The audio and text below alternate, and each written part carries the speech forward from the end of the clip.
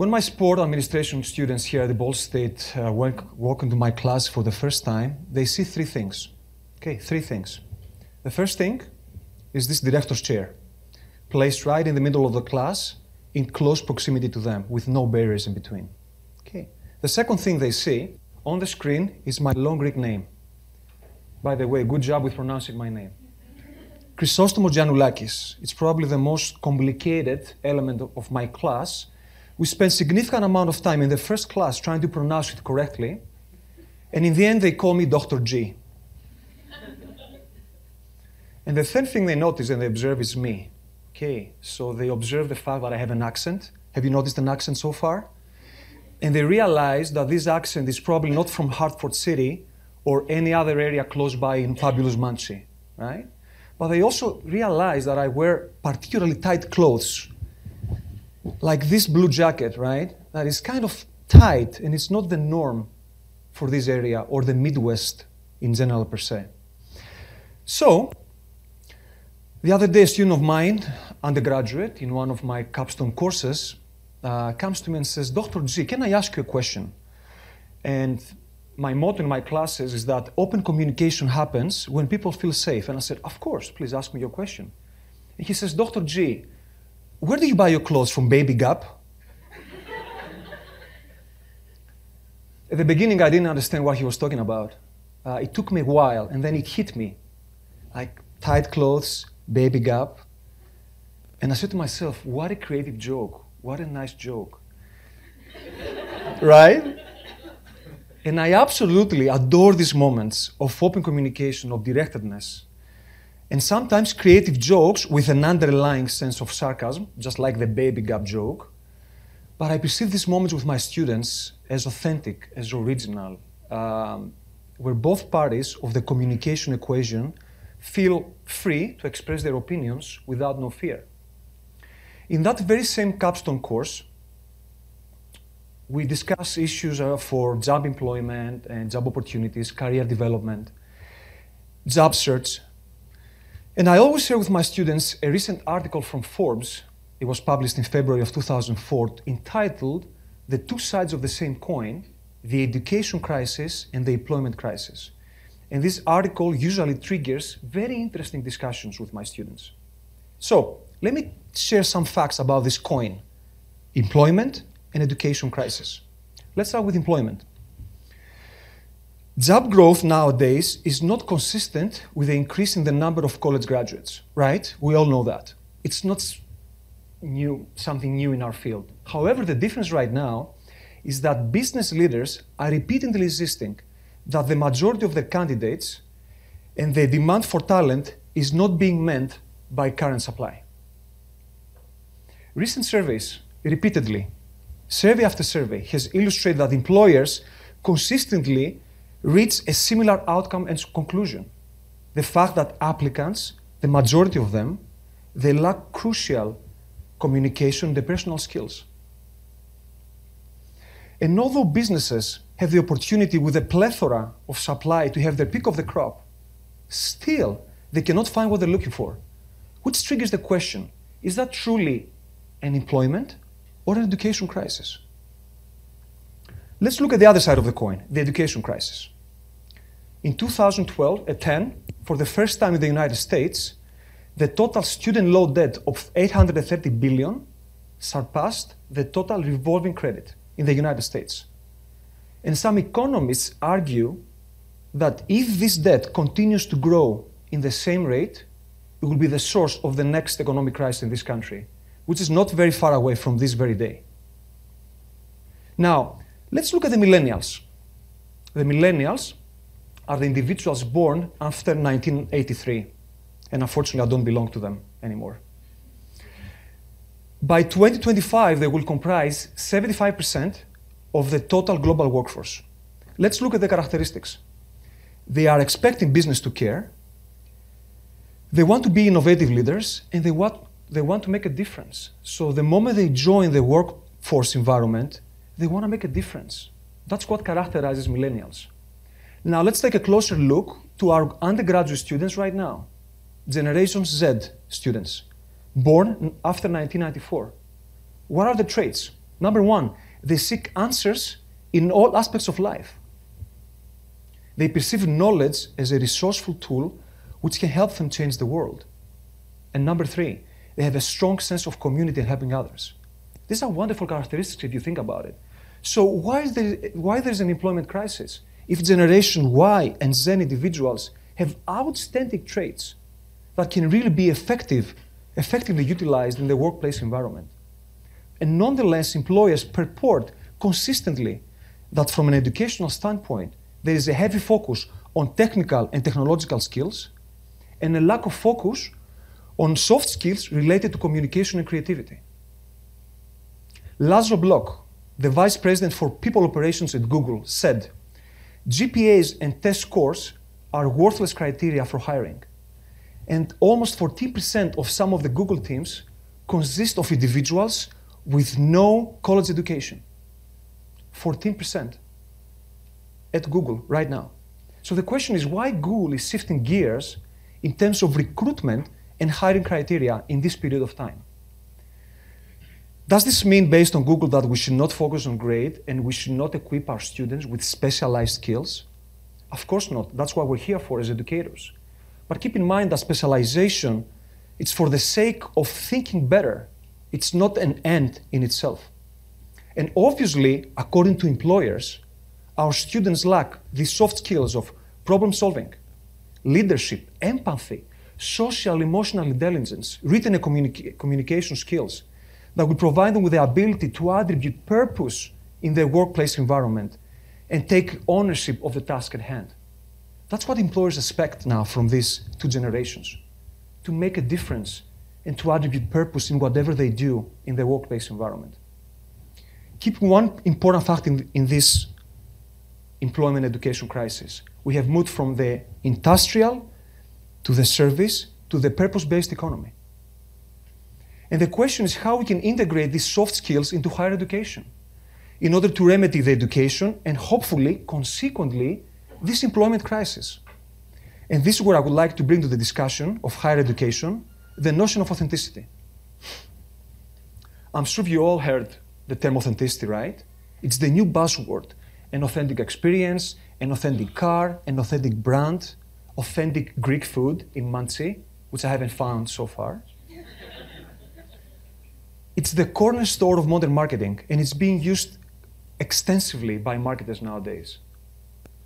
I have a genuine interest in this word. Even as a young teenager, I was always intrigued by this notion of authenticity, listening this word back in Greece.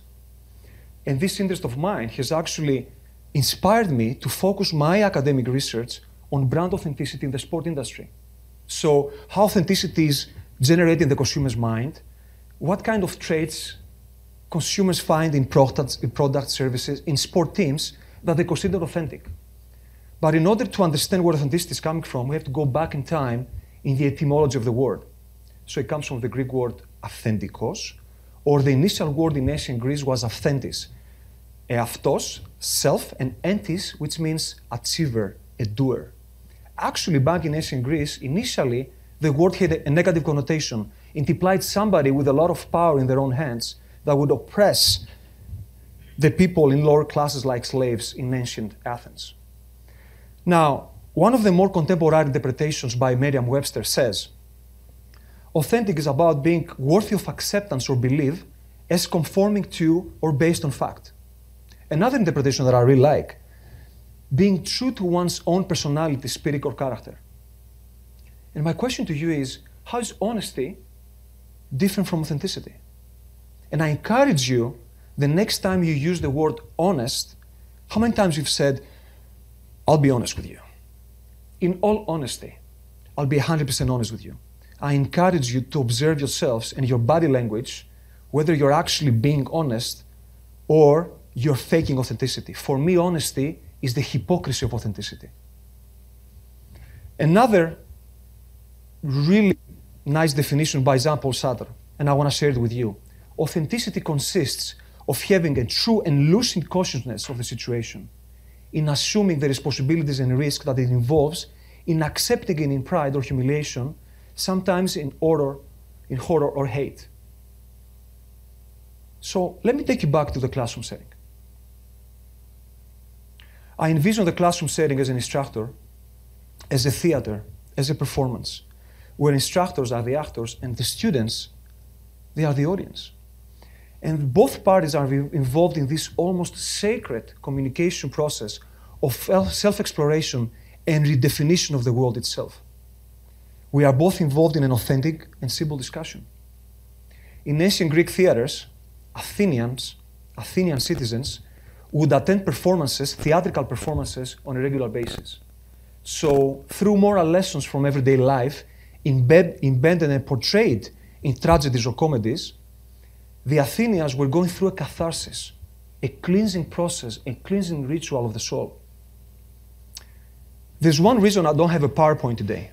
I do have my notes, but purposefully, I did not use a PowerPoint.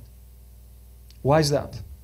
Because I'm a firm believer that depending on the context of the classroom and maybe the nature of the lecture, the focus should always be redirected back to the simple, direct communication between instructors and students. A communication where there are no barriers, physical or emotional, no biases, no preconceived or fixed notions, no boxes to think outside of. I envision the classroom setting as the means to authentic, subtle communication. As Caliph Ali Ben Ali noted, a subtle conversation, that is the Garden of Eden. It is going back and reinventing this lost art of conversation with our college students. A conversation where there are no instructors and students. We are all colleagues and we are all co-seekers of the truth, of reinventing the world. We as professors have the opportunity to cultivate an environment of authenticity in higher education every time we enter the classroom setting. We can do that. We have this opportunity to do that. And we may direct our classes as we aspire to. And we can invite our students to co-create the class with us. So, allow me to sit on my director's chair, and I will invite you to direct this moment with me. We'll be co-creators over this moment.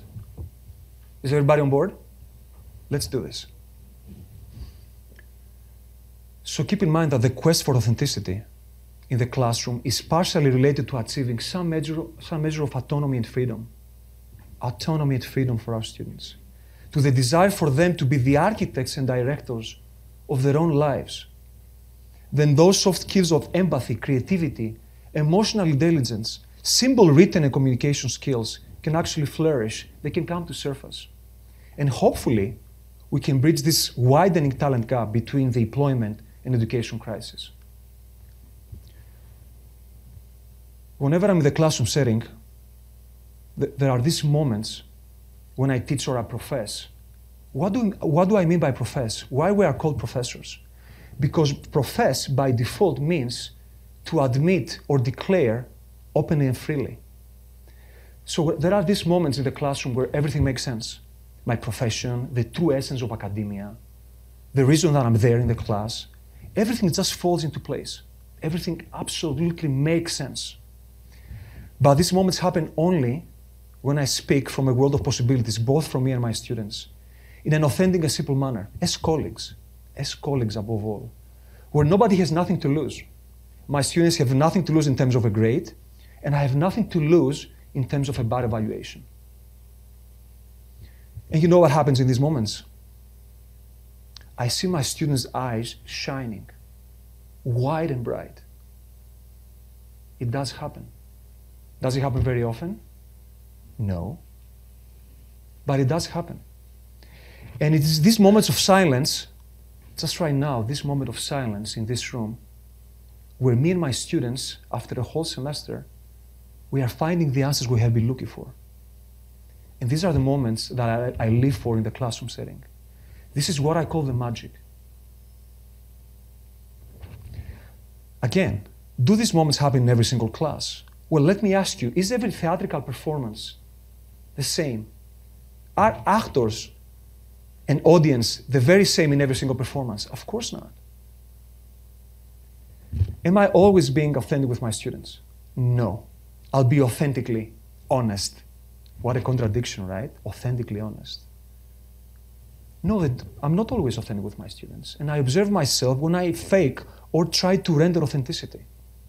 But I realize that for these magic moments to happen, I need to remove any mask or leave aside my I have to know it all PhD and just engage in a very simple conversation with my students. But I truly believe this moment's worth it. And I have realized so far from my limited experience as an instructor that these moments can have a great impact on the students' lives. Sometimes more than any grade or specialized technical or advanced technological skills, which employers are not looking for anymore, by the way. They're looking for this emotional intelligence, for this creativity, for this openness, for this purpose-based education that apparently we're not providing to our students anymore. That's why we have this crisis. So today I extend an invitation to all of you, faculty, students, university presidents, academic administrators, to put on our authentic self when we deal with this education and employment crisis. I invite all of us to observe when we're being honest and when we're actually being authentic. I invite all of you to let the magic occur. Just let it happen. Because higher education by default, it's a fertile environment of infinite possibilities, both for us as instructors and for our students. I invite you to be the directors of your own theatrical stages and performances. And let the magic unfold and permeate your students and yourselves. So I'll be seeing you in the theater of higher education. Thank you.